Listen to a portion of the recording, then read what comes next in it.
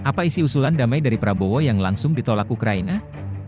Jakarta, CNN Indonesia, Menteri Pertahanan RI, Prabowo Subianto, mengusulkan proposal perdamaian untuk mengakhiri perang Rusia dan Ukraina.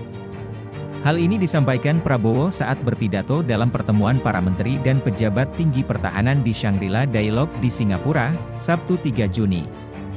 Dalam pidato tersebut, Prabowo menyampaikan 3 poin usulan untuk menghentikan perang antara Rusia dan Ukraina. Di antaranya dengan melakukan gencatan senjata, penarikan pasukan, dan menggelar referendum. Yang pertama harus dilakukan adalah meminta pihak Ukraina dan Rusia untuk menerapkan gencatan senjata, kata Prabowo, seperti dikutip kantor berita Antara.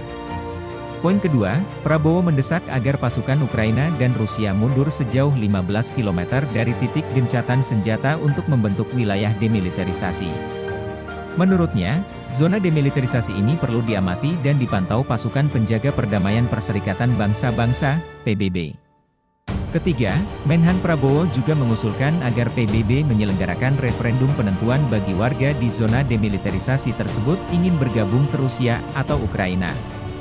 PBB kemudian menggelar referendum kepada masyarakat yang tinggal di wilayah demilitarisasi, ujarnya, dikutip Reuters. Ia menambahkan, saya mengusulkan agar dialog Shangri-La menemukan modus deklarasi sukarela, mendesak Ukraina dan Rusia untuk segera memulai negosiasi perdamaian. Proposal damai yang dibawa Prabowo ditolak mentah-mentah oleh Ukraina.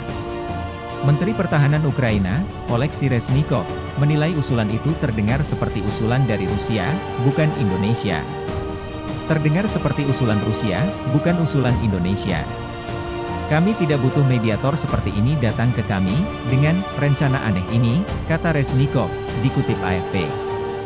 Inisiatif perdamaian dari Indonesia juga sudah pernah dilakukan ketika Presiden Joko Widodo berkunjung ke Moskow dan Kiev tahun lalu.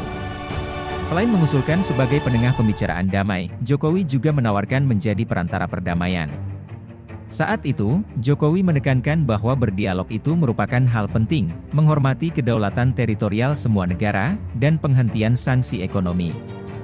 Apa isi usulan damai dari Prabowo yang langsung ditolak Ukraina?